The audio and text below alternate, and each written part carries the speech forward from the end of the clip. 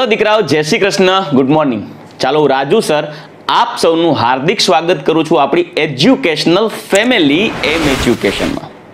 दीकराओ educational family शब्द एटले वापरू छूं कारण के दीकराओ आपणी चेनल में हवे आपणे 1000 सब्सक्राइबर्स एटले के 1K सब्सक्राइबर्स नी नजीक छीए અને એ માત્ર ને માત્ર મારી અને તમારી મહેનત અને એકબીજાના સાથ સહકારને કારણે જ શક્ય બન્યું છે।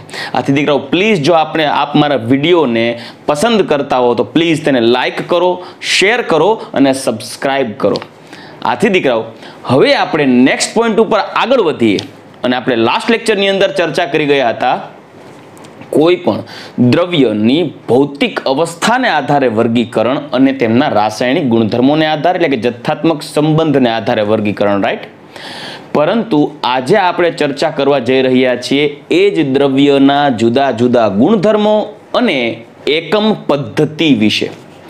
સર્વપ્રથમ દીકરાઓ ચર્ચા કરીએ તો કોઈ પણ દ્રવ્ય એટલે કે મેટર કંઈક વિશિષ્ટ ગુણધર્મો ધરાવતા હોય છે। એ ગુણધર્મોને મુખ્યત્વે આપણે 3 ભાગમાં વિભાજિત કરી શકીએ, જે પૈકીનું એક છે ભૌતિક ગુણધર્મ એટલે કે ફિઝિકલ કેરેક્ટરિસ્ટિક્સ, બીજું થશે રાસાયણિક ગુણધર્મ એટલે કે કેમિકલ કેરેક્ટરિસ્ટિક્સ અથવા તો પ્રોપર્ટી, અને ત્રીજું દીકરાઓ ખાસ ધ્યાન રાખજો જથ્થાત્મક ગુણધર્મ એટલે કે બલ્ક પ્રોપર્ટી, જથ્થાત્મક ગુણધર્મ। સર્વપ્રથમ ચર્ચા કરીએ ભૌતિક ગુણધર્મ। કોઈ પણ દ્રવ્યના ભૌતિક ગુણધર્મ કેને કહેવાય? દીકરાઓ દ્રવ્યના ભૌતિક ગુણધર્મ એ તેના ફિઝિકલ સ્ટેટને પ્રૂફ કરતું હોય, તેમનું ભૌતિક સ્વરૂપ રજૂ કરતું હોય। દાખલા તરીકે હું એમ કહું કે મારી પાસે એક મીઠાનું પાવડર ફોર્મ છે, મારા હાથમાં ખોબો ભરેલો છે, તો એ મીઠાનો રંગ હોય છે સફેદ। તો એ સફેદ રંગ છે એ મીઠાનું એક ભૌતિક સ્વરૂપ અને મીઠાનો એક ભૌતિક ગુણધર્મ છે। તો રંગ એ પોતાનો ભૌતિક ગુણધર્મ થયો મીઠાનો। પાણી છે દીકરાઓ, એ પાણી ભલે મારા ઘરનું હોય કે ભલે પછી તમારા ઘરનું હોય કે પાણી ઇન્ડિયાના કોઈ પણ ખૂણેથી લઈ આવો કે અમેરિકામાં જઈને કોઈના ગોરાનું પાણી લઈ આવો, પ્રત્યેક પાણીના ઘટક કણોનું ઉત્કલન બિંદુ 100 ડિગ્રી સેલ્સિયસ એટલે કે 373 કેલ્વિન હોય છે। તો એ પાણીનું ઉત્કલન બિંદુ એ તેનું ભૌતિક ગુણધર્મ થયો। આ કોઈ પણ ભૌતિક ગુણધર્મનો અભ્યાસ તેનો સંઘટનમાં ફેરફાર કરી, મતલબ તેના બંધારણમાં ફેરફાર કરી અને અભ્યાસ કરવામાં આવતો નથી। તેમાં કોઈ જાતનો ફેરફાર કરવાની જરૂર નથી, છતાં પણ તમે તેના ભૌતિક ગુણધર્મો વિશે જાણી શકો। તો દીકરાઓ આવા ભૌતિક ગુણધર્મની વાત કરીએ તો રંગ, વાસ, ગલન બિંદુ અથવા તો ઠાર બિંદુ, ઉત્કલન બિંદુ, તેની ઘનતા। દીકરાઓ પાણીની ઘનતા હંમેશા 1 હોય, પાણીનું ગલન બિંદુ 0 ડિગ્રી સેલ્સિયસ, પાણીનું ઉત્કલન બિંદુ 100 ડિગ્રી સેલ્સિયસ। કોઈ પણ પદાર્થની વાસ એક એનો ભૌતિક ગુણધર્મ થયો। હવે પદાર્થનું સ્વરૂપ બદલીને તમે પદાર્થનું સ્વરૂપ, દાખલા તરીકે હું એમ કહી દઉં કે ભાઈ જે પાણી છે, ક્યુબ છે, આઈસ ક્યુબ, એ આઈસ ક્યુબનું ઘન સ્વરૂપ છે, હવે એનું પ્રવાહી સ્વરૂપ લેશો તો પણ તેની અંદરથી આવતી સ્મેલ એક સમાન જ હોય। મતલબ કે એ સ્મેલ એ વાસ, જો કે પાણી છે વાસવિહીન છે એકચ્યુઅલી, પણ કોઈ પણ પદાર્થનું ભૌતિક સ્વરૂપ ભલે જેવું હોય એવું, પરંતુ તેના વાસમાં કોઈ ફેર નહીં પડે। મતલબ રંગ, વાસ, ગલન બિંદુ, ઉત્કલન બિંદુ, ઘનતા આ બધા એવા ગુણધર્મ છે કે જે પદાર્થનું સંઘટન બદલ્યા વગર કે ઓળખ બદલ્યા વગર માપી શકાય। રેડી? બીજી વાત, રાસાયણિક ગુણધર્મની ચર્ચા કરીએ। ફોર એક્ઝામ્પલ હું એમ કહીશ કે મારી પાસે એક છે CH3C ડબલ બોન્ડ OOH એટલે આ થઈ ગયું એક ઇથેનોઇક એસિડ। બીજું મારી પાસે છે CH3CH2C ડબલ બોન્ડ OH, આ છે પ્રોપેનોઇક એસિડ। આ છે ઇથેનોઇક એસિડ, આ છે પ્રોપેનોઇક એસિડ। હવે આ બંને એસિડ છે, પરંતુ આ બંનેમાં કયો વધુ એસિડિક છે અને કયો ઓછો એસિડિક છે એના એસિડિક ગુણધર્મો ઉપર છે। તો એ તમારે જો નક્કી કરવું હોય ને તો તમારે એની રાસાયણિક પ્રક્રિયા કરાવવી પડે, તમારે એનું સંઘટન બદલવું પડે, બંધારણ બદલવું પડે। મતલબ કે જો આ ઇથેનોઇક એસિડના હાઇડ્રોજનને ગુમાવો એટલે CH3COO- અને H+ ઉત્પન્ન થાય। અને આર્હેનિયસ અને બ્રોન્સ્ટેડ લોરીના મતાનુસાર જો કોઈ પદાર્થ H+ ગુમાવે તો તેને એસિડ કહેવાય। એ જ રીતે જો પ્રોપેનોઇક એસિડના બંધને તોડો તો આપણને નિપજ મળે propanoate ion CH3 CH2 COO- અને H+ ગુમાવે એને એસિડ કહેવાય. હવે આ કોઈ પણ પદાર્થ એસિડિક છે કે નહીં એ તેના H+ ને ગુમાવવાની વૃત્તિ ઉપર આધાર રાખે. આથી જો તમારે તેનો એસિડિક ગુણધર્મ ચકાસવો હોય તો તમારે તેના સંઘટનમાં, તેના બંધારણમાં ફેરફાર કરવો પડશે. તમારે તેની રાસાયણિક પ્રક્રિયા કરાવવી પડશે, તેમના બંધોને તોડવા પડશે, ઇલેક્ટ્રોનોના ફેરફાર કરવા પડે, H+ ગુમાવવો પડે. આને આધારે તમે એનો એસિડિક ગુણધર્મ ડિસાઈડ કરી શકો. મતલબ કોઈ પણ દ્રવ્યની એસિડિકતા એ એક એવો ગુણધર્મ થયો કે જે ગુણધર્મનું માપન રાસાયણિક પ્રક્રિયા કરીને કરી શકાય. આથી કહી શકાય કે રાસાયણિક ગુણધર્મ એ એવો ગુણધર્મ છે કે જેનું માપન કરવા માટે પ્રક્રિયા દ્વારા રાસાયણિક ફેરફારો કરવા જરૂરી છે. દાખલા તરીકે એસિડિકતા, એવી જ રીતે કોઈ પણ સંયોજનની બેઝિકતા, દહનશીલતા એટલે ઓક્સિજન સાથે સળગવું. દાખલા તરીકે કાર્બનને ઓક્સિજન સાથે ગરમ કરો તો CO2 બને, સોડિયમને ઓક્સિજન સાથે ગરમ કરો તોય CO2 બને, Na2O બને, સોડિયમ ઓક્સાઇડ. પરંતુ એ કાર્બન અને સોડિયમ બંનેની ઓક્સિજન સાથેની રાસાયણિક ક્રિયાશીલતા એક સમાન નથી. તો આ બંનેની ઓક્સિજન સાથે પ્રક્રિયા એટલે કે જે દહન પ્રક્રિયા છે એ દહન પ્રક્રિયા પ્રત્યેની રાસાયણિક ક્રિયાશીલતા સમાન નથી. તો આવા ગુણધર્મોની ચકાસણી કરવા માટે તેને અન્ય ઘટકો સાથે રાસાયણિક પ્રક્રિયાઓ કરાવવી, જુદા જુદા ઇલેક્ટ્રોનિક ફેરફારો કરાવવા, તેને આધારે તમે તેના રાસાયણિક ગુણધર્મો ડિસાઈડ કરી શકો. તો દીકરાઓ, બે પ્રકારના ગુણધર્મો મેઇનલી કહી શકાય. એક ભૌતિક ગુણધર્મ, એક રાસાયણિક ગુણધર્મ. રંગ, વાસ, ગલનબિંદુ, ઉત્કલન બિંદુ, ઘનતા, આ બધા વક્રી ભવનાંક, આ બધા છે એમના ભૌતિક ગુણધર્મ છે કે જેમાં દ્રવ્યના કોઈ સંઘટન બદલવાની જરૂર નથી, કોઈ રાસાયણિક પ્રક્રિયા કરવાની જરૂર નથી. રાસાયણિક ગુણધર્મ એવો ગુણધર્મ છે કે તેનું માપન કરતી વખતે દ્રવ્યમાં રાસાયણિક પ્રક્રિયા કરવી પડે. ત્રીજો પોઈન્ટ, જથ્થાત્મક ગુણધર્મ, બલ્ક પ્રોપર્ટી, જથ્થાત્મક ગુણધર્મ. દીકરાઓ ખાસ ધ્યાન રાખજો. દ્રવ્યના જથ્થાત્મક અવલોકનને તેની સંખ્યા તથા માપનના એકમ સાથે દર્શાવવામાં આવે છે. જથ્થાત્મક ગુણધર્મ કઈ રીતે? દાખલા તરીકે દીકરાઓ, હું એમ કહું કે હું આજે ઘરની બહાર નીકળી, 2 વ્હીલ લઈ અને ચોક્કસ અંતર કાપીને ગયો. એ અંતર જે કાપેલું હતું એ અંતર મીટરમાં પણ હોઈ શકે, એ અંતર કિલોમીટરમાં પણ હોઈ શકે, એ અંતર સેન્ટીમીટરમાં પણ હોઈ શકે. સાંભળજો, એ અંતર મીટરમાં પણ હોઈ શકે, એ કિલોમીટરમાં પણ હોઈ શકે અને સેન્ટીમીટરમાં પણ હોઈ શકે. પરંતુ જ્યાં સુધી તમારી બેઝિક જાણકારી હશે ત્યાં સુધી એટલી ખ્યાલ જરૂર હશે, તમને એટલો ખ્યાલ જરૂર હશે કે ભાઈ કિલોમીટર એ અંતરનું એક મોટું યુનિટ છે, અંતરનો મોટો એકમ છે, મતલબ મોટું અંતર દર્શાવે. સેન્ટીમીટર એક નાનું અંતર દર્શાવે, મીટર છે એ કિલોમીટર અને સેન્ટીમીટરની વચ્ચે આવશે. વાત એવી છે કે હું આજે ઘરની બહાર 2 વ્હીલ લઈ અને નીકળો અને અંતર કાપ્યું, માનો કે મેં અંતર કિલોમીટરમાં કાપ્યું, તો પ્રશ્ન થાય ને, ભાઈ તે કેટલા કિલોમીટર અંતર કાપેલું છે? તો એ કિલોમીટર, કેટલા કિલોમીટર અંતર કાપેલું છે તો મારે કેવું પડે કે ભાઈ મેં 2 કિલોમીટર, 3 કિલોમીટર, 4 કિલોમીટર, એક સંખ્યા દર્શાવવી પડે અને તે સંખ્યાની સાથે પાછળ ચોક્કસ એકમ પણ દર્શાવવો પડે. તો એ સંખ્યા અને એકમને આધારે તમે તેનો જથ્થાત્મક ગુણધર્મ ડિસાઈડ કરી શકો.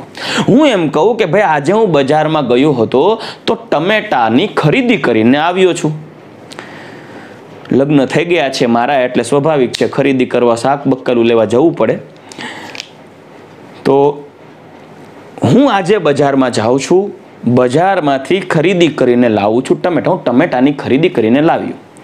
કોઈ મને પૂછે કે ભાઈ તમે કેટલા ટમેટા લાવ્યા, તો હું એમ બોલીશ 2. માની લ્યો હું એમ કહું છું 2, ચલો મેં સંખ્યા દર્શાવી 2. તો ઘણા એવું વિચારશે કે ભાઈ આજે રાજુ સરના પત્નીએ ઘરેથી રાજુ સરને કાઢી મૂક્યા અને કીધું કે શાક બકાલું લઈને આવો તો તમને જમવા મળશે. તો રાજુ સર બજારમાંથી 2 ટમેટા લાવે છે. તો ત્યારે રાજુ સર વિશે વિચારતા પ્રત્યેક વ્યક્તિઓના મગજમાં આ ટમેટા વિશે અસંગતતા ઊભી થશે. કોઈ કહે છે રાજુ સર ખાલી 2 નંગ ટમેટા લઈ આવે છે, કોઈ કહે છે રાજુ સર 2 કિલો ટમેટા લઈ આવે છે, કોઈ કહે છે કે રાજુ સર છે એ 2 ડઝન ટમેટા લઈ આવે છે. મતલબ કે એ જે ટમેટાઓની સંખ્યા 2 છે, પરંતુ એ 2 કઈ સંખ્યા બતાવે છે, કયો જથ્થો બતાવે છે, એ દર્શાવવા માટે મારે પાછળ એકમ લખવો જરૂરી છે. જો હું 2 નંગ એવો એકમ લખીશ તો એ 2 પીસની વાત થશે, માત્ર 2 ટમેટા. જો હું 2 કિલોગ્રામ ટમેટા લખું તો એ જથ્થાત્મક સંબંધ દર્શાવશે દળ. શું દર્શાવશે? દળ. 2 કિલોગ્રામ ટમેટા રાજુ સર લાવ્યા છે, મોંઘા છે વધારે, અત્યારે 2 કિલોમાં ખીચા ખાલી થઈ જાય.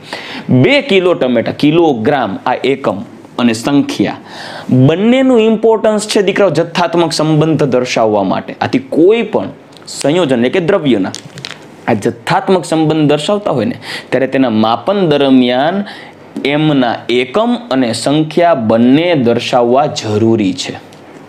હું એમ કહું કે ભાઈ આપણી ઘરે એક બહાર ફળિયું છે, એ ફળિયું આજુબાજુ કેટલા એરિયામાં વિસ્તરેલું છે તો એનો એક એકમ હોય, એરિયામાં કેટલું વિસ્તર. કોઈ એમ કહે કે ભાઈ એ ફળિયું છે એ આજુબાજુ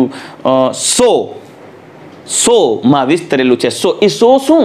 100 તો સંખ્યા કયો છો, પણ શું તમારું ફળિયું છે એ કિલોમીટરમાં વિસ્તરેલું છે?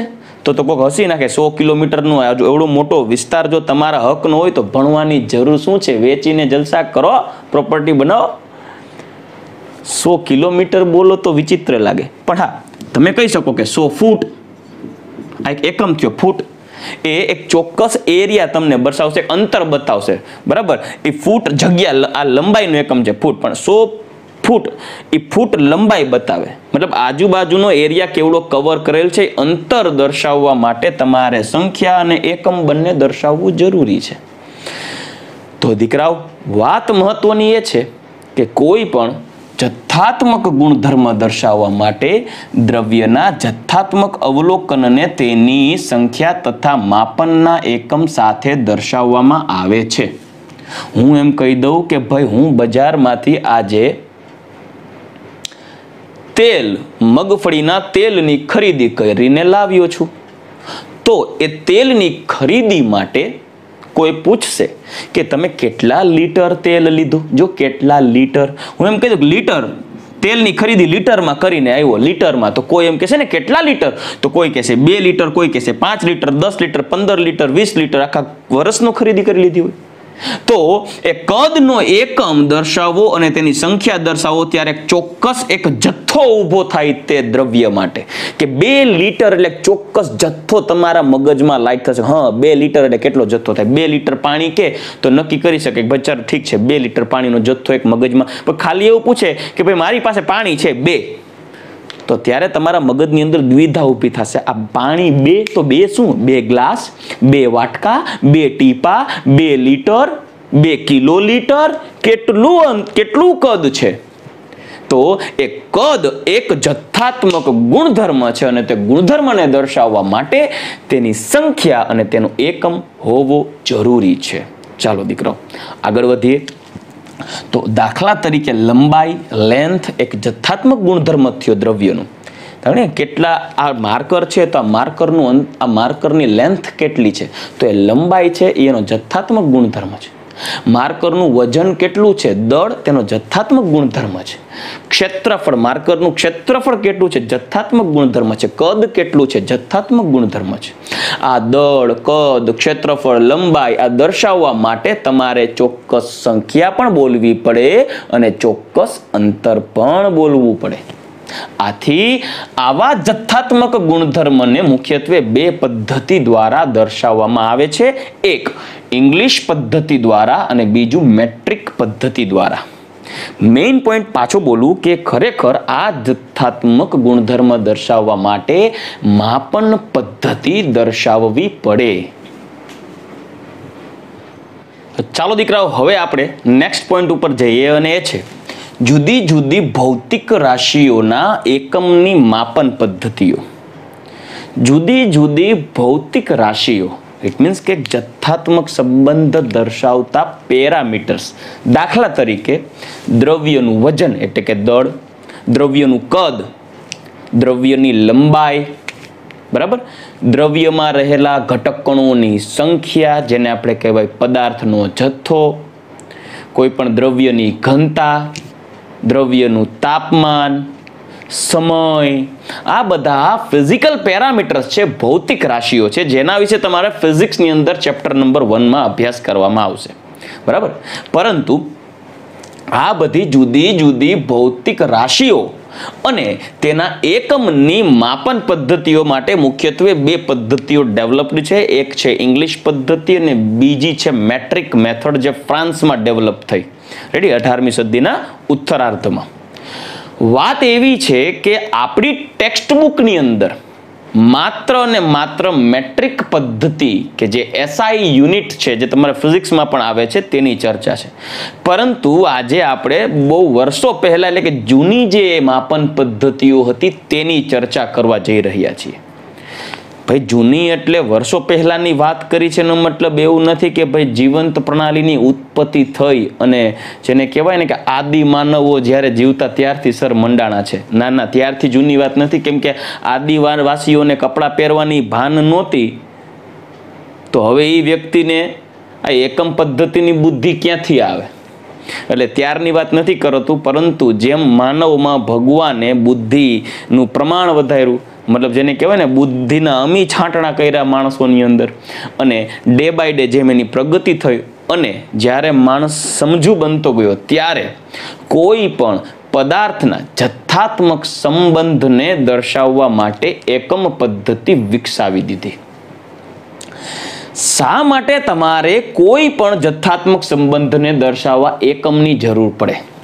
મેં પહેલા જ કીધું તું, હજી કહું છું.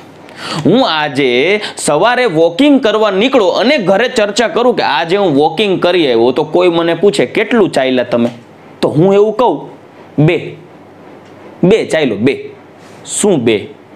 2 મીટર, 2 કિલોમીટર, 2 સેન્ટીમીટર, શું 2 શું? તો કેવું પડે 2 મીટર, સોરી 2 કિલોમીટર. 2 સેન્ટીમીટર કઈ તો ઊભા હોય તો 2 સેન્ટીમીટર કરતા જાજી જગ્યા રોકીને બેઠા હો. મતલબ કે કોઈ પણ જથ્થાત્મક સંબંધ તમે દર્શાવો છો દીકરાઓ, તો એની પાછળ, એ સંખ્યાની પાછળ એક એકમ આપવો જરૂરી છે, જે આપેલો એકમ એ જથ્થાત્મક સંબંધને સુવ્યવસ્થિતપણે સમજાવી શકે. હું એમ કહું કે બજારની અંદરથી હું સફરજનની ખરીદી કરીને આવ્યો છું. કોઈ પૂછે કેટલા સફરજનની ખરીદી કરીને આવ્યા, તો મારે કેવું પડે કે ભાઈ 1 કિલોગ્રામ. હું 1 કિલોગ્રામ બોલું તો હું જે જથ્થાત્મક સંબંધ દર્શાવવા જઈ રહ્યો છું તેને સુવ્યવસ્થિતપણે એનો એકમ સમજાવી શકે કે 1 કિલોગ્રામ એટલે કેટલો જથ્થો સર લાવેલા હશે. રાઈટ? હું એમ કહું કે ભાઈ મારી પાસે કોઈ એક પ્રક્રિયા થાય છે અને એ પ્રક્રિયામાં રહેલું પ્રક્રિયા મિશ્રણ બહુ ગરમ છે. તો ગરમ છે તો કેટલું ગરમ છે? તો એમ તો ન કહી શકાય બહુ ગરમ છે. અરે બહુ ગરમ તો કેટલું ગરમ? તો કેવું પડે કે એ કેટલું તાપમાન ધરાવે છે. અને એ ટેમ્પરેચર, હું એમ કહી દઉં કે એ તાપમાન ધરાવે છે ને 100 તાપમાન ધરાવે. 100 પણ શું 100? 100 કેલ્વિન, 100 ડિગ્રી સેલ્સિયસ, 100 ફેરેનહીટ, આ બધા એના એકમો છે.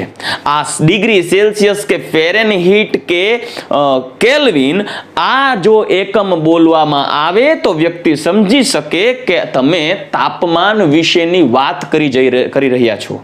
જો કોઈ અંકની પાછળ કિલોગ્રામ લગાડવામાં આવે તો લોકો સમજી શકે કે તમે દળની વાત કરો છો. જો તમે કોઈ પદાર્થના એકમ એટલે કે સંખ્યાની પાછળ માનો કે લીટર વાત કરો છો તો કોઈ સમજી શકે કે તમે કદ વિશેની વાત કરો છો. તમે જો કોઈ અંકની પાછળ મીટર બોલો તો સમજી શકે કે તમે લંબાઈની વાત કરો છો. મતલબ કોઈ પણ અંકની પાછળ એકમ આપવો જરૂરી છે. પરંતુ દીકરા, વર્ષો પહેલા એકદમ દેશી પદ્ધતિ હતી એકમ દર્શાવવાની, સાવ દેશી. અને એવી પદ્ધતિઓ કે જેને કહેવાય ને કે 12 ગાવે બોલી બદલે. આવું એક કહેવત છે, 12 ગાવે બોલી બદલે. આવો વર્ડ સાંભળેલો હોય તમે, કહેવત સાંભળેલી હોય. આ ગાંવ એ બોલે 12 ગાંવ એ બોલી બદલે, તો એ ગાંવ છે ને, ગાંવ એ એક એકમ છે. પણ વર્ષો પહેલા આ એકમ પદ્ધતિઓ નાના નાના ઝોન વાઇઝ જ પ્રવર્તમાન હતી. મતલબ અલગ જગ્યાએ જાવ તો ત્યાં કંઈક અલગ પ્રવર્તમાન હોય એકમ પદ્ધતિ. ફોર એક્ઝામ્પલ, ગાંવ એટલે 3 કિલોમીટર. જેન્યુઅનલી એક ગાંવ એટલે 3 કિલોમીટર કહેવાય. આ ગાંવ દેશી કાઠિયાવાડી પદ્ધતિ છે, એકમ પદ્ધતિ. એક ગાંવ એટલે 3 કિલોમીટર થાય. બીજી વસ્તુ, પહેલા વજનની વાત કરીએ ને, તો વજન અત્યારે જો એક સિમ્પલ વાત કરું, મણ બોલે, મણમાં પણ વજન માપવામાં આવે છે. અને જુનાગઢ ને એ સાઈડ તમે જાઓ ને તો ત્યાં ખાંડી શબ્દ વાપરે. ખાંડી. કોઈ ખેડૂતને પૂછો ને કે ભાઈ તમારે કેટલી મગફળી થઈ, તો એ એવું બોલે કે ભાઈ મારે 1 વીઘા દીઠ 2 ખાંડી મગફળી થઈ. હવે 2 ખાંડી મગફળી એટલે આપણે એમ થાય કે 2 ખાંડી એટલે ખાંડની દસ્તામાં ભરતા હશે એટલી જ થઈ? ના, 1 ખાંડી એટલે 100 કિલો, એટલે કે 5 મણ. તો એ ત્યાં વજનને ખાંડીમાં બોલે, અહીંયા આપણે મણમાં બોલી, મણ. હવે તમે અમેરિકા જઈને એમ કે ભાઈ અમે સૌરાષ્ટ્રમાં જમીનમાં 5 મણ મગફળી ઉગાડી, 5 મણ તો ઓલા ટકો ખંજર. આ મણ એટલે વોટ ઇઝ મન? મણ વિશે ન ખબર હોય, કેમ કે એ લોકો આ એકમને નથી જાણતા. એ આપણી દેશી પદ્ધતિ હતી. ઓલા અંતર માટે બોલે ખબર, વીઘા, ગુઠા. કેટલા વીઘા? હજી હાલમાં આપણે બોલીએ કેટલા વીઘા જમીન છે, કેટલા ગુઠા જમીન છે. તો આવા જૂના જે એકમ પદ્ધતિઓ હતી. પછી સંખ્યા માટે પણ એકમ છે, સંખ્યા માટે પણ એકમ છે. હું તમને અંતર અને વજનનું કહું છું. આપણે ઘણીવાર જે આપણે આ ગળામાં મેં કંઠી પહેરેલી છે દીકરાવા, કંઠી છે. હવે કંઠી હોય તમારા ગળામાં અને તમે કોઈ ધાર્મિક સ્થળે જઈ અને બોલો ને કંઠી આપો, તો એ પૂછે કેટલી કોડી. આપણે એમ થાય કોડી સ્ટોરમાંની કોડી છે. કોડીનો મતલબ 20 નંગ. 20 કંઠી ભેગી કરે અને એક કોડી કહેવાય. ડર્ઝન આ સંખ્યા છે, 12 નંગ એટલે 1 ડર્ઝન. આ સંખ્યા દર્શકાંક થયો. તો આ જુદા જુદા એકમો વર્ષો પહેલા પ્રવર્તમાન હતા. પરંતુ પ્રોબ્લેમ કેવો થાય કે જુદા જુદા પ્રાંતના વ્યક્તિઓ અથવા જુદા જુદા દેશના વ્યક્તિઓ કોઈ એક જગ્યાએ ભેગી થઈ અને ઇન્ટરનેશનલ કોઈ પોઈન્ટ ઉપર ડિસ્કશન હોય, ઇન્ટરનેશનલ કોન્ફરન્સ હોય, ત્યારે દરેક વ્યક્તિઓના પ્રાંતને અનુવર્તી જુદા જુદા એકમો, જૂના એકમો એટલે કે જુદા જુદા એકમો હોય.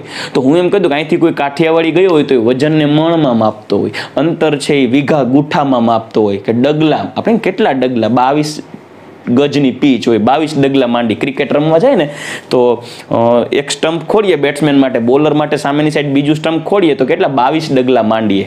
22 ડગલાની પીચ હોય. ત્યાં તમે ઇંગ્લેન્ડના ક્રિકેટરોને જઈને કહેજો કે હાલે ભાઈ 22 ડગલા માપીને સામે સ્ટમ્પ ખોડતો, એ ટકો જ ખંજોરે. આ 22 ડગલા શું ભાઈ, આ ક્યાંથી નવું કાઢી આવ્યા એકમ? એ કાઠિયાવાડી એકમ પદ્ધતિ છે ભાઈ, જેવા તેવાઓને પલ્લે ના પડે. તો વાત એવી છે કે આવા બધા જુદા જુદા માપન માટેની જે એકમ પદ્ધતિઓ છે એ વર્લ્ડ વાઇડ ફેમસ ન હોય, કોઈ પ્રાંત પૂરતું સીમિત હોય. પરંતુ જ્યારે આંતરરાષ્ટ્રીય લેવલે જ્યારે કોઈ ડિસ્કશન થતું હોય, કોઈ પોઈન્ટ ઉપર કેલ્ક્યુલેશન્સ ચાલતા હોય, ત્યારે એકમોની વાત આવે ને ત્યારે એટલે કે ભૂલો વધવાની શક્યતા વધે. કારણ કે કોઈ એક પ્રાંતનો વ્યક્તિ અલગ એકમ વાપરતો હોય, બીજા પ્રાંતનો વ્યક્તિ બીજો એકમ વાપરે. તો ત્યાર પછી એટલે એટલી જૂની પદ્ધતિઓ પછી હવે એક નવી માપન પદ્ધતિ આવી હતી અને એના ત્યાર પછીના સમયમાં એ હતી ઇંગ્લિશ માપન પદ્ધતિ. જે ઓલમોસ્ટ ફોરેન કન્ટ્રીઝની અંદર ઇંગ્લિશ માપન પદ્ધતિ વાપરવામાં આવતી અને જે માપન પદ્ધતિને કહેવામાં આવે છે FPS મેથડ. FPS પદ્ધતિ નામમાં જ છે દીકરા, જો ફૂટ પાઉન્ડ સેકન્ડ પદ્ધતિ. FPS ફૂટ છે એ અંતરનો એકમ છે. શેનો છે? અંતર, લેન્થ. પાઉન્ડ છે એ વજનનો એકમ છે અને સેકન્ડ છે એ સમયનો એકમ છે. મુખ્યત્વે આ 3 ફિઝિકલ પેરામીટર્સ ભૌતિક રાશિઓની વાત કરેલી છે. ઓલમોસ્ટ વ્યવહારમાં આપણે આ 3 જ ભૌતિક પદ્ધતિઓ ભૌતિક રાશિઓનો ઉપયોગ કરતા હોય. કેટલું વજન છે, કેટલું અંતર કાપીને આવ્યા ને કેટલો સમય છે, બરાબર. ફૂટ, પાઉન્ડ, સેકન્ડ. આપણે હાલમાં ઘણી વાર ફૂટમાં બોલીએ છીએ, ભાઈ કેટલા ફૂટનો પ્લોટ છે તમારી પાસે? ફૂટ. 1 ફૂટ એટલે દીકરાઓ 30.5 સેન્ટીમીટર થાય. તમે સેન્ટીમીટર માપ બોલીશ ને તમે સમજી શકો, કેમ કે તમારી પાસે જે સ્કેલ છે, ફૂટપટ્ટી છે, તેમાં સેન્ટીમીટરમાં માપ આપેલા હોય. તો 30.5 એપ્રોક્સ લખ્યું છે મેં, એકચ્યુઅલી 30.48 હોય. એટલે 30.5 સેન્ટીમીટર હોય ને ત્યારે 1 ફૂટ થાય. હવે જ્યારે કોઈ ઇન્ટરનેશનલ રેસલર હોય ને, મતલબ કે WWE, રાઈટ, એની અંદર જો ખલી, પછી જોન સીના, રેડી, તો આવા બધા જે હેવી જે ઓલા બધા બોડી બિલ્ડરો હોય, હવે એ લોકોના રેસલર્સના જ્યારે નામ આવતા હોય ત્યારે નીચે એમના વેઇટ્સ પણ લખેલા હોય. એના વેઇટ લખેલા હોય પાઉન્ડમાં. અને pound, 1 pound is equal to 453.6. It means 453.6 ગ્રામ, એટલે એપ્રોક્સ અડધો કિલોની આસપાસ. અડધો કિલો એટલે 1 પાઉન્ડ થાય. હવે એવો દાગીનો હોય વજનવાળો, હવે એનો 100 કિલો વજન હોય તો 200 પાઉન્ડ વજન થાય એપ્રોક્સ. 200 પાઉન્ડ. ઓહો, 200 કિલો? અરે ભાઈ 200 કિલો નથી, 200 પાઉન્ડ છે. અને 453.6, 453.6 ગ્રામ હોય ને ત્યારે 1 પાઉન્ડ થાય. અને સેકન્ડમાં, સમય સેકન્ડમાં છે, ઓલમોસ્ટ આપણે સેકન્ડમાં જ વાપરીએ છીએ. પરંતુ આ FPS પદ્ધતિ એટલી પ્રચલિત નહોતી થઈ વર્લ્ડ વાઇડ, બરાબર. તો ત્યાર પછી નવી એકમ પદ્ધતિ અસ્તિત્વમાં આવી અને એ હતી MKS પદ્ધતિ. MKS પદ્ધતિ, જ્યાં M એટલે મીટર, K કિલોગ્રામ, S એટલે સેકન્ડ. મીટર, કિલોગ્રામ, સેકન્ડ પદ્ધતિ, જ્યાં મીટર એ અંતરનો એકમ રજૂ કરતું હતું, કિલોગ્રામ જે દ્રવ્યનો જથ્થો એટલે વજનનો એકમ દર્શાવે, અને S એટલે સમય દર્શાવે. રેડી? જેમાં MKS પદ્ધતિ કરતા પણ હજી એક પ્રવર્તમાન, તેના કરતા નાની એકમ પદ્ધતિ, એટલે એના કરતા નાનું યુનિટ, અને એ પદ્ધતિ હતી CGS પદ્ધતિ.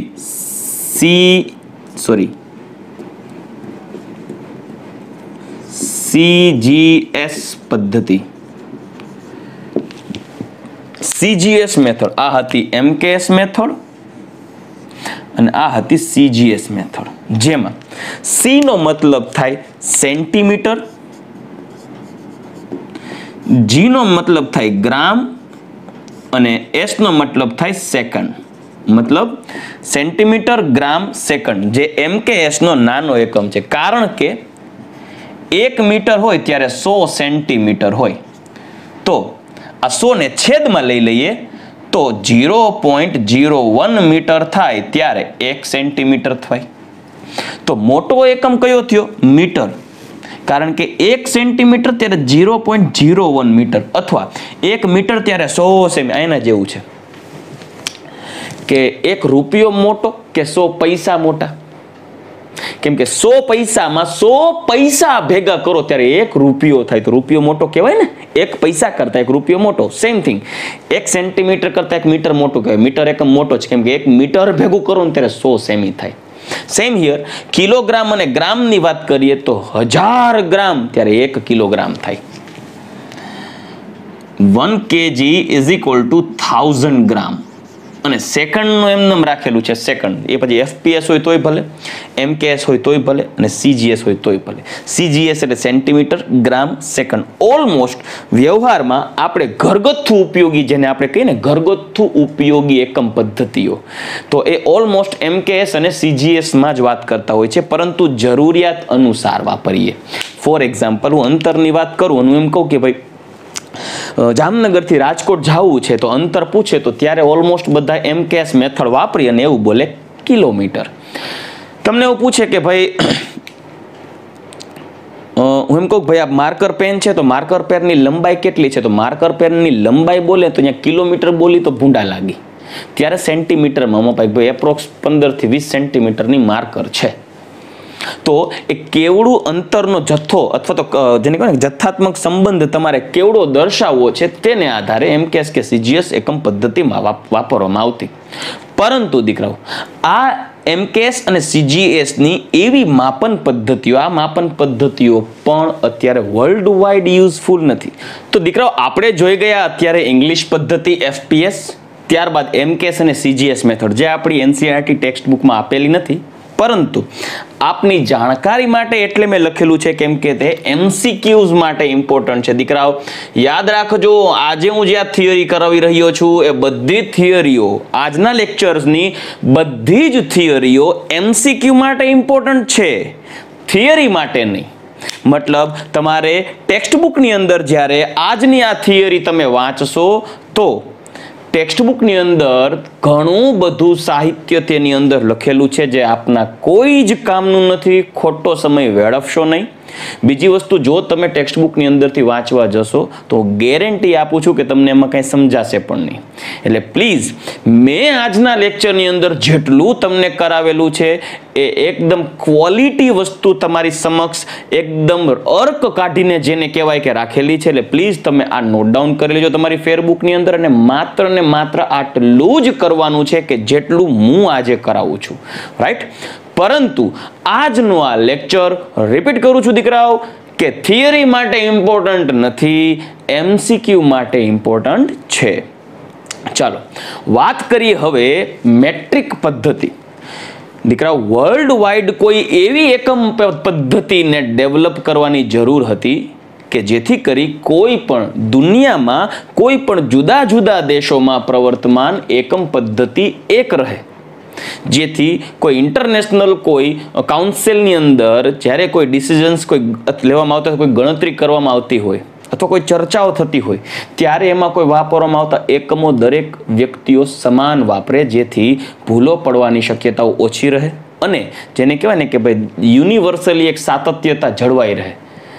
પરિણામે ફ્રાન્સની અંદર 18મી સદીના ઉત્તરાર્ધની અંદર એક નવી યુનિટ એન્ડ મેઝર્સ નામની સંસ્થા દ્વારા એક નવી એકમ પદ્ધતિ અપનાવવામાં આવી અને જેને કહેવાય સિસ્ટમ ઇન્ટરનેશનલ યુનિટ, એટલે કે SI યુનિટ, જેને ફ્રેન્ચ વર્ડમાં આવું બોલવામાં આવે છે, લી system international D units. Actually આ ફ્રેન્ચ વર્ડમાં જ્યારે બોલવામાં આવે ત્યારે ડ ને બદલે દ આવું બોલવામાં આવે. તોતળા હોય બધાય, એટલે કે તોતળા વર્ડ યુઝ કરવાના છે, જેમ કે લી સિસ્ટમ ઇન્ટરનેશનલ દી યુનિટ્સ, આવી રીતે. દી યાદ હોય તો વાસ્કો દ ગામા, લિયોનાર્ડો દ વિન્ચી, એ બી દ વિલિયર્સ, તો આ બધા ફ્રેન્ચ વર્ડ છે. તો એ લી સિસ્ટમ ઇન્ટરનેશનલ દી યુનિટ્સ એના ઉપરથી SI યુનિટ પદ્ધતિ અપનાવવામાં આવે છે. હાલમાં અભ્યાસમાં પણ આપણે દરેક જગ્યાએ યુનિવર્સલી SI પદ્ધતિ જ વાપરીએ છીએ અને આ SI પદ્ધતિ આંતરરાષ્ટ્રીય એકમ પદ્ધતિ છે. આથી આપણા અભ્યાસમાં પણ દરેક ચેપ્ટર્સમાં ઉર્જાના એકમો હોય તો ભલે કદ, કોઈ અન્ય દ્રવ્યના જથ્થા, ઘનતા, ઝડપ, ફિઝિક્સમાં વપરાતા, કેમિસ્ટ્રીમાં વપરાતા પ્રત્યેક ભૌતિક રાશિઓના એકમો આપણે SI પદ્ધતિ દ્વારા જ ઉપયોગમાં લેશું. દીકરાઓ SI પદ્ધતિની અંદર મૂળભૂત 7 ભૌતિક રાશિઓ, ફિઝિકલ પેરામીટર્સ માટે એકમો આપેલા છે. ખાલી 7 ભૌતિક રાશિઓ જેને મૂળભૂત રાશિઓ તરીકે ઓળખવામાં આવે છે, મેઇન ફિઝિકલ પેરામીટર્સ, જે પૈકી 7 પૈકી એક છે લંબાઈ એટલે કે લેન્થ, જેની સંજ્ઞા છે L, માસ એટલે કે દળ, જેની સંજ્ઞા સ્મોલ m, સમય time small t, electric current વિદ્યુત પ્રવાહ, જેની સંજ્ઞા છે I, તાપમાન થર્મોડાયનેમિકલ ટેમ્પરેચર એટલે ઉષ્માગતિકીય તાપમાન ટેમ્પરેચર T, પદાર્થનો જથ્થો એટલે કે જેને ઘટક, કોઈ પણ દ્રવ્યમાં રહેલા ઘટકોની સંખ્યા દર્શાવતો એકમ જે છે પદાર્થનો જથ્થો N, જેની સંજ્ઞા છે સ્મોલ n, અને પ્રદીપ્ત તીવ્રતા એટલે જ્યોતિની તીવ્રતા, જેને આપણે કહીએ ને કે ઇન્ટેન્સિટી ઓફ લાઇટ. એક સિમ્પલ એક્ઝામ્પલ આપું. મીણબત્તી પ્રગટાવો અને મીણબત્તીની જે ફ્લેમ હોય અને ફ્લેમમાંથી ઉત્પન્ન થતી જે લાઇટની તીવ્રતા હોય, જ્યોતિની જે તીવ્રતા હોય એને કહેવાય પ્રદીપ્ત તીવ્રતા, જ્યોતિની તીવ્રતા. અને એની સંજ્ઞા છે IV. રેડી? તો આ 7 મૂળભૂત રાશિઓને SI પદ્ધતિ દ્વારા એકમો આપ્યા છે. લંબાઈનો એકમ છે મીટર, સ્મોલ n. દળનો એકમ છે કિલોગ્રામ. સમયનો એકમ છે સેકન્ડ. વિદ્યુત પ્રવાહનો એકમ છે એમ્પિયર, કેપિટલ A, જેની સંજ્ઞા છે. તાપમાનનો એકમ છે કેલ્વિન. એકચ્યુઅલી તાપમાન ફેરનહીટમાં મપાય, તાપમાન છે સેલ્સિયસમાં મપાય, તાપમાન કેલ્વિનમાં પણ મપાય, પરંતુ ટેમ્પરેચર છે કેલ્વિનમાં SI પદ્ધતિ અનુસાર. પદાર્થનો જથ્થો મોલ. મોલ એટલે 1 મોલ બરાબર 6.022 ગુણ્યા 10⁻23 જેટલા ઘટક કણોની સંખ્યા. એવોગેડ્રો નામના વ્યક્તિએ આની વાત કરી છે. આપણે 1 by 1 જ્યારે પ્રત્યેક ફિઝિકલ પેરામીટર્સ જોશું ત્યારે ચર્ચા કરશું. ત્યારબાદ છે પદાર્થનો જથ્થો મોલ અને જ્યોતિની તીવ્રતાનો એકમ છે કેન્ડેલા, CD. દીકરાઓ યાદ રાખજો, આ 7 એકમો MCQ માટે ઇમ્પોર્ટન્ટ છે. એટલે MCQ માટે યાદ હોવા જોઈએ તમને, કેમ કે મોસ્ટ ઇમ્પોર્ટન્ટ છે અને ફિઝિક્સમાં પણ આવી ગયું છે.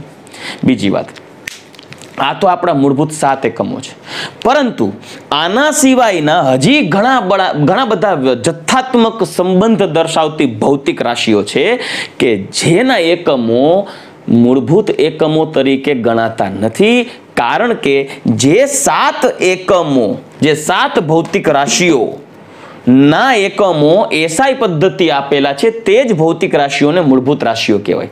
પરંતુ આ મૂળભૂત રાશિઓનો ઉપયોગ કરી, સાંભળજો, આ મૂળભૂત રાશિઓનો ઉપયોગ કરી અને નવી રાશિઓ ડેવલપ કરવામાં આવે, નવી રાશિઓ બનાવવામાં આવે દીકરાઓ, એ રાશિઓને કહેવાય ઉપજાવેલ અથવા તો સાધિત ભૌતિક રાશિઓ. અને એના જે એકમો બનાવવામાં આવે તેને કહેવાય ઉપજાવેલ અથવા સાધિત એકમો. મતલબ SI દ્વારા દર્શાવેલા 7 મૂળભૂત એકમોમાંથી બનાવેલ અન્ય એકમોને સાધિત એકમો કહેવાય. દાખલા તરીકે ઘનતાનો એકમ છે, એ ઘનતાનો એકમ કોઈ SI એકમ નથી, પણ ઘનતાનો એકમ SI દ્વારા આપેલ મૂળભૂત રાશિઓના એકમોનો ઉપયોગ કરીને બનાવી શકાય. એ જ રીતે કદ અને ઝડપના એકમો પણ સાધિત એકમો છે. તો ચાલો દીકરાઓ, આ સાધિત એકમો કઈ રીતે બનાવેલા છે એના વિશે પણ જરી વાત કરી લઈએ. તો ચાલો દીકરા, હવે આપણે આ સાધિત એકમો કઈ રીતે બનાવ્યા, મતલબ આ ઉપજાવેલ એકમ કઈ રીતે મેળવી શકાય મૂળભૂત એકમનો ઉપયોગ કરીને એ જોઈએ. સૌથી પહેલા આપણે વાત કરીએ કદ, વોલ્યુમ. કદ, કદ એટલે લંબાઈ ગુણ્યા પહોળાઈ ગુણ્યા ઊંચાઈ. હવે દીકરાઓ, લંબાઈ એક અંતર જ છે, પહોળાઈ પણ એક અંતર જ રાશિ છે અને ઊંચાઈ પણ એક અંતર જ છે. તો લંબાઈનો એકમ છે મીટર, SI એકમ.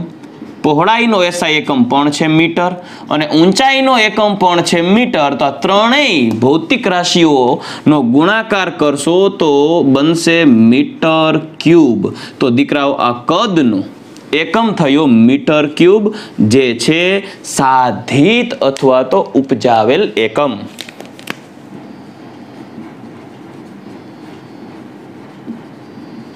ચલો રેડી. બીજું હજી એક્ઝામ્પલ લઈએ. ચાલો, ઝડપ અથવા તો ઘનતા, ડેન્સિટી જેને કહેવાય, સ્મોલ d. ઘનતાનો એકમ થાય ઘનતા બરાબર દળના છેદમાં કદ. ચાલો, દળનો SI એકમ ખરો આપણી પાસે મીટર, અને કદનો હમણાં જ આપણે ગણી લીધું છે ઘનતા બરાબર, દળનો એકમ, મીટરને કિલોગ્રામ, દળનો એકમ છે કિલોગ્રામ, અને કદનો હમણાં જ સાધિત એકમ મેળવ્યું છે મીટર ક્યુબ. તો કિલોગ્રામ મીટરની -3 તો આ થઈ ગયો ઘનતાનો એકમ. દીકરાઓનું CGS એકમ પણ બનાવી શકાય, ગ્રામ સેન્ટીમીટરની -3 અથવા ગ્રામ પર સેન્ટીમીટર ક્યુબ. આનો CGS એકમ થઈ ગયો. ચલો, હજી એક ઝડપની વાત કરીએ, સ્પીડ. ભૌતિક વિજ્ઞાનની અંદર એના વિશે ડિટેલમાં તમે ચર્ચા કરશો. પદાર્થનું વેગ અથવા તો ઝડપ એટલે એકમ સમયમાં પદાર્થે કાપેલું અંતર. મતલબ કોઈ પણ પદાર્થ 1 સેકન્ડમાં કેટલું અંતર કાપે છે એ અંતર આપણે કેટલા કિલોમીટર પ્રતિ કલાક, કેટલાની સ્પીડે ગાડી જાય છે. તમને એમ કે અરે આને તો 80ની સ્પીડે ગાડી ચલાવી, મતલબ 80 કિલોમીટર પ્રતિ કલાક હોય. તો કિલોમીટર પ્રતિ કલાક, કલાક એટલે સમય, કિલોમીટર એટલે અંતર, અંતરના છેદમાં સમય એટલે પદાર્થનો વેગ. તો પદાર્થનો વેગ બરાબર એકમ સમયમાં પદાર્થે કાપેલું અંતર એટલે અંતરના છેદમાં સમય. અંતરનો એકમ છે લેન્થને આધારે મીટર પર સેકન્ડ એટલે મીટર પ્રતિ સેકન્ડ. આ થઈ ગયો સાધિત એકમ. તો દીકરાઓ આપની સમક્ષ આ 3 સાધિત એકમોના ઉદાહરણ પણ લખી દીધા છે. આના સિવાય હજી ઘણા બધા તમે ઉપજાવેલો એકમ ડેવલપ કરી શકો છો. તો ચાલો દીકરાઓ આજના લેક્ચરની અંદર આપણે જોઈ ગયા દ્રવ્યના જુદા જુદા ગુણધર્મો અને એકમ પદ્ધતિઓ. આવતા લેક્ચરની અંદર આ એકમ પદ્ધતિઓ માટે વપરાતા પૂર્વગો અંગે ચર્ચા કરશું અને તેને આધારે પૂછાતા MCQs અને તેમના સોલ્યુશન પણ જોશું. ચલો રેડી? ત્યાં સુધી રજા લઈશ. ગુડ બાય, ટેક કેર, જય શ્રી કૃષ્ણ.